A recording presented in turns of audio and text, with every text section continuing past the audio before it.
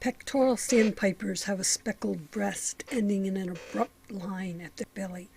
It has a straight, slim bill with a dark head and reddish back. The wings are dark and the tail has a black line down the center and white at the tips. They are often seen here in the northeast on the autumnal migration from July to October. They are hard to see but are most numerous in marshes and wet meadows. They have a distinctive low call while in flight. Their diet consists of larvae of flies, midges, beetles, along with spiders, algae, and seeds. They will also eat crustaceans, bees, wasps, crickets, grasshoppers, and sometimes small fish. They pick and probe in the mud using both sight and touch as they walk along. When spring comes in the Arctic and most of the snow and ice has melted from the tundra, male pectoral sandpipers display in flight to claim their territory. This involves inflating and deflating an air sac in their breast, which creates low-pitched hooting or mooing sounds.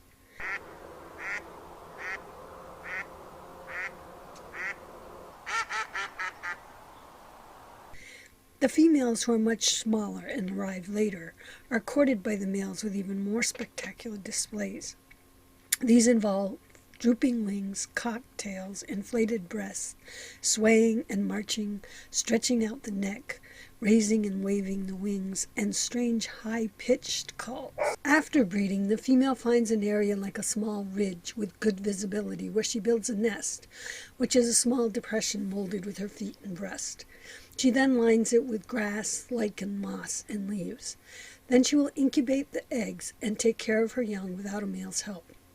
Flocks of females and juveniles form after fledging to forage in coastal areas or grassy pond edges before they migrate. The size difference between the sexes is quite noticeable. The semi-palmated plover is a small dark shorebird that has a band across its chest and is commonly seen during migration.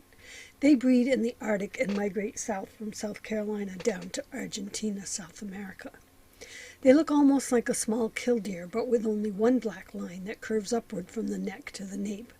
Their head is brown with a white patch across the forehead. The belly and breast are white with a brown back. It also has a short dark tail edged with white. The most common place to see them is on mud flats, wet fields, riverbanks, and ponds and lakes. They can swim short distances across water channels at that time.